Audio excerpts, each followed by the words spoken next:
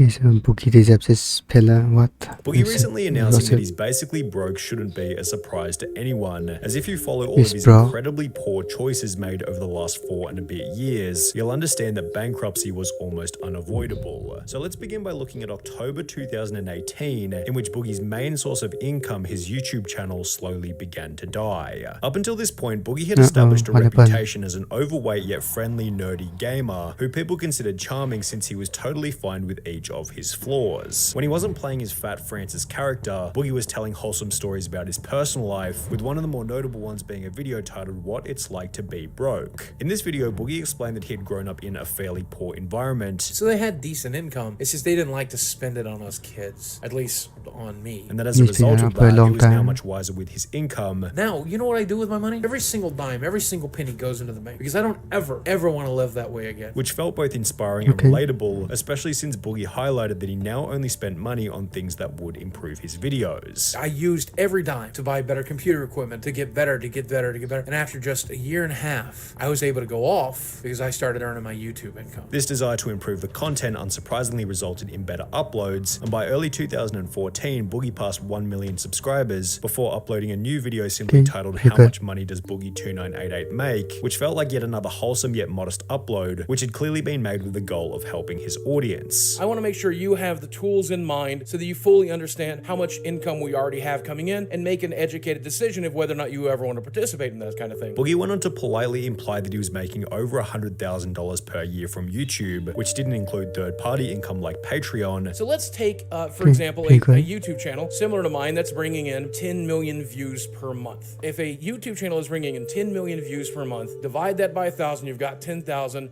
Multiply that by $1, and you'll have a really good idea of how much ad revenue that channel is bringing in. And that if you counted his YouTube channel as an asset, he himself was worth more than $1 million. Boogie, are you a millionaire? Well, it depends on how you calculate millionaire. If you include my YouTube channel as it is, yes. After 3 more years, I'll have earned by then $1 million total in YouTube ad revenue. This was followed by Boogie reassuring his audience that all of the money was being used wisely. The majority of the money we make goes into the bank. We do not live very large by any stretch of the imagination. I mean, obviously, I'm large, but we do not spend a grotesque amount of money. Which led to more positive comments such as, "Wild guess, but he's very rich now. He deserves it. He's one of the only YouTubers that didn't let the money and fame get to his head. He's still just as humble and cool as when he started. I admire that. Amazing video, Boogie. You're one of the realest, most transparent YouTubers out there, and please know that your fans appreciate it." I clicked on this video randomly and I stayed to watch, and to be honest, I'm really happy this guy makes a lot of money. Don't know him, never seen his videos, but I'm just glad that he makes money. He's very humble and I respect that a lot. This positive sentiment toward Boogie resulted in more views, subscribers, and Patreon members, which strengthened his financial position immediately, whilst also giving him the chance to stream on Twitch, opening up another source of income which kept him financially stable during the adpocalypse. I will be fine. Losing my YouTube ad revenue will hit us pretty hard, but I've diversified our income. Things were going so well for Boogie that in August of 2017, he paid for weight loss surgery. I'm home from surgery, everything went well. The surgery went way better than I had expected. The doctor did it in a very short period of time. However, while this would initially improve Boogie's health dramatically, I'm 110 pounds down since the pre-op diet, and then I've lost 7.5 inches from my waistline. It would eventually contribute to him going broke in an unexpected way. Boogie explained in a video that for married people, the weight loss surgery tremendously increases the likelihood that you'll end up getting divorced. The surgery and the recovery from it is really hard on a marriage. 85% of marriages fail after the surgery within the first 2 years. He added that in the lead up to the surgery, his marriage was already in a rough spot. Our marriage was far from perfect. One major issue that was persistent throughout the entire marriage, and that was my anxiety disorder. And as a result of him now being in a healthier condition, his wife suggested that they should divorce. She told me that she was thinking about separating now that I was out of the surgery and now that I was nice and healthy. We talked about it and decided that she should take a break. 2 weeks into that, she called up and said that she had made her decision, that she wanted things to be a more permanent change, and that we should start moving in that direction. Boogie explained that his wife was extremely generous in the divorce, having stated that she wanted far less than 50% of the finances. And she's like, I want enough to where I know I'm going to be taken care of. And I'm like, okay. So she gave me a number, and I'm like, but that's not half.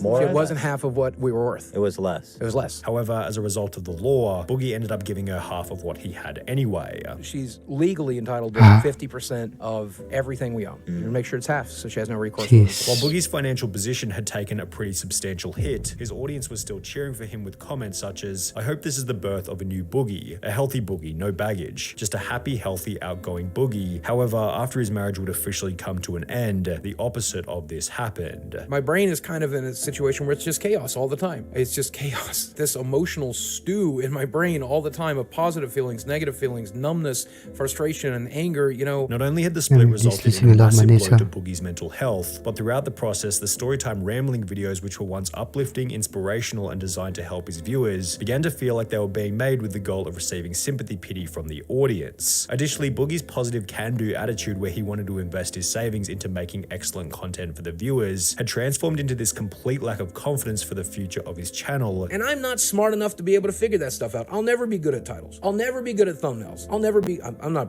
even that good at video creation. Leading him to develop an attitude of just wanting to get by as opposed to wanting to grow his audience. As long as my rent is paid, as long as my mortgage is paid, as long as I can keep the lights on, as long as I can support myself and the people that I currently employ, hey, I'm happy with that. The final video related to his divorce, in which Boogie explained that he now fully owned his house again, happened to have been uploaded in October 2018, which was the very same month where Boogie began to lose subscribers. The decline will be addressed in a video titled State of the Channel 2019, in which he mentioned that the breakup had a significant impact on the channel's viewership. 2018, as we've talked about, was one of the roughest years of my life, and it really showed here on the channel. Before going on to state that the Storytime Pity Party videos were also impacting the channel negatively. I know, just complain and whine and just be miserable. Sharing who and what I am has been counterproductive in quite a bit in the last year or so. Mostly when it comes to the mental issues, the anxiety, the depression, stuff like that. Boogie would conclude the video by stating that he was very excited about the future. I'm feeling a lot better, and I'm very engaged and excited about what we will be doing here on the channel. However, only 3 days after this video was uploaded, a now infamous mega thread would be posted to Reddit, which would go on to significantly impact Boogie's reputation.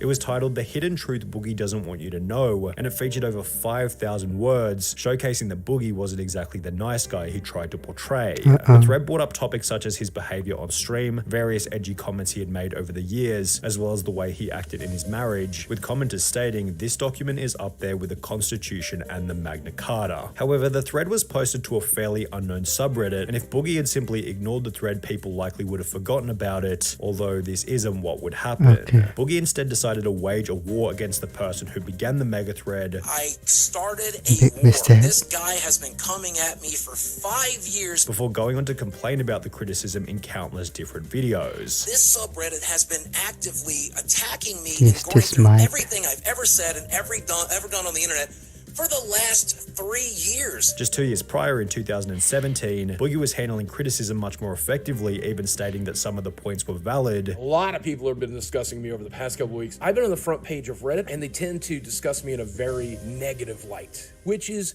reasonable. And obviously, Boogie's new 2019 strategy of trying to stop the criticism only led to more criticism. 3 months after the mega thread was posted, Boogie would upload a new video titled Taking a Break, I Give Up, You Guys Win, in which he'd state that he needed a short break as a result of being anxious and nervous. With fewer uploads and a declining reputation, his monthly subscriber count began to fall off a cliff, losing 5,000, 14,000, 28,000, before losing another 42,000 in August 2019, representing a decline of more than 100,000 subscribers in only 4 months. Rather than improving the content, Boogie ramped up the complaints and apologies, which not only led to a decrease in views from an average of 10 million per month to 2 million per month, but it also led to comments from his audience such as, I used to watch every video before. For me, you were like the Mr. Rogers of YouTube. Soft, understanding, and compassionate. Lately, it had just been apologies and complaining. I miss the old content, not because of Francis or gaming or whatever, but because of that person. Despite Boogie's clear decline in his views, subscribers, and income, his spending habits hadn't changed one bit, as midway through this collapse, he'd announced that he was taking on a $100,000 loan to purchase a Tesla. I ended up buying the X. I still haven't got it fully financed yet. I'm having to finance it, obviously. Oh my God, I just put myself $100,000 in debt. My car payment's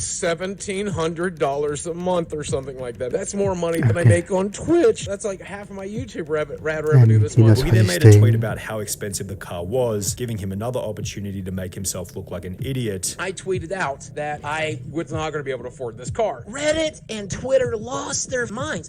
Oh, are you trying to manipulate people into giving you money? The answer is yes. Give me some money. If you guys want to help me pay for my Tesla, please go ahead and dig deep.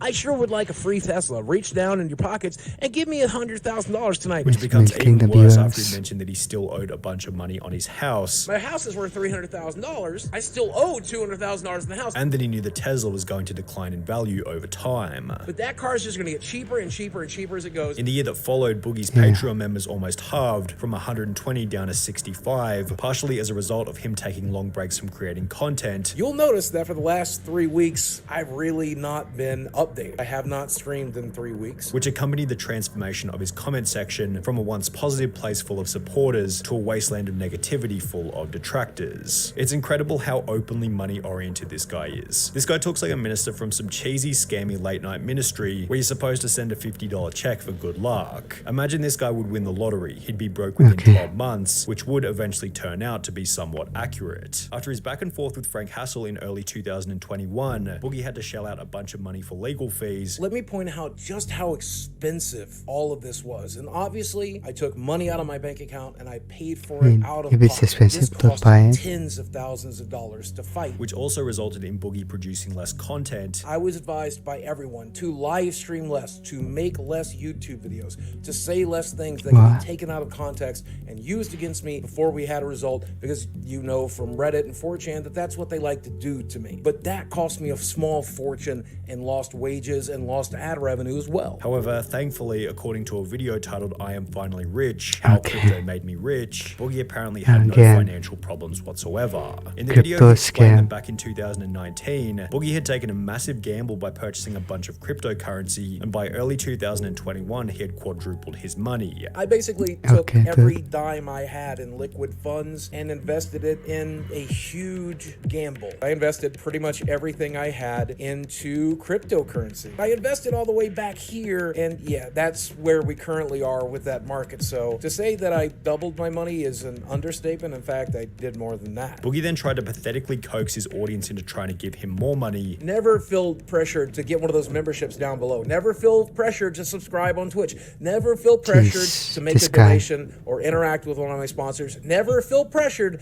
to buy a t-shirt. Before going on to state that he planned on taking the money out of crypto to put it into a safer investment. And that's if I don't take the money and invest it in something that will make me money, which I am most certainly going to do. However, as highlighted by almost every comment, the video aged incredibly poorly, because only a year after posting it, Boogie uploaded a new video titled I Need Your Help, in which he explained that he had lost almost all of his money to the crypto market and now required donations from the audience. Well, this is a video I've dreaded making. You know, I spent a tremendous amount of money on dumb things, but the biggest issue is that I had a nice big nest egg, but I put my money in the crypto market in the wrong section, and I pretty much lost most of everything. This is the most interesting case study, watching someone who hasn't had to work in over a decade finally have to go back to work. I remember him saying, "Don't worry about me. I'm financially secure to the point that if I stop making videos tomorrow, I can live comfortably for the rest of my life." Just remember that the reason this video was filmed in his garden is because if it was filmed in his office, we'd all be able to see his thousands of dollars worth of arcade machines, magic cards, and gaming memorabilia. While it's almost impossible to find a single positive comment on the entire video, Boogie would receive $1,109 in donations. However, this small figure was certainly at the expense of his dignity and reputation. Boogie hasn't seen a single month of positive subscriber growth since May of 2019, almost 4 years ago,